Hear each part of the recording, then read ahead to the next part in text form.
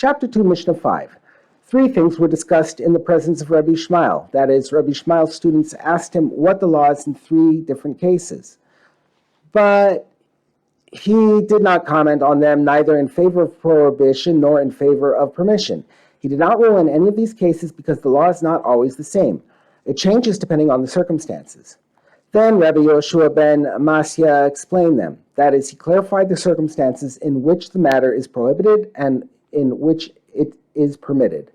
The Mishnah cites the 3 cases and Rabbi Yoshua ben Masya's rulings in each one. The first case, someone who pierces a boil on Shabbos, Rabbi Yeshua rules that if he intended to make an opening for it through which the pus would go out and air would come in, he is liable for doing forbidden work on Shabbos because he constructed an opening, which is prohibited under the melacha of building.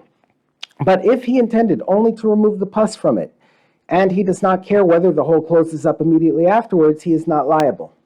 The second question, someone who traps a snake on Shabbos, Rabbi Yeshua rules that if he is involved with the snake only so that it will not bite him, and he has no interest in using the snake for any purpose, he is not liable for doing the malach of trapping, since he does not want the snake.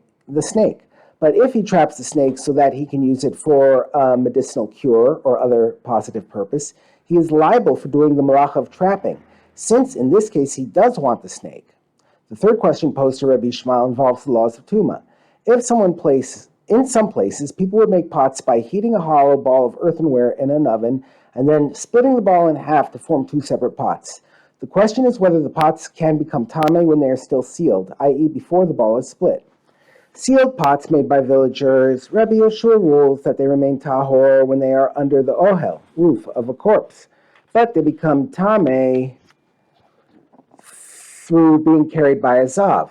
While the pots are still stuck together, they cannot become tameh by means of an oil, because tumas oil is transmitted to an earthenware vessel only if it has an opening, and not if it is completely closed. However, if a zav moves the attached pots,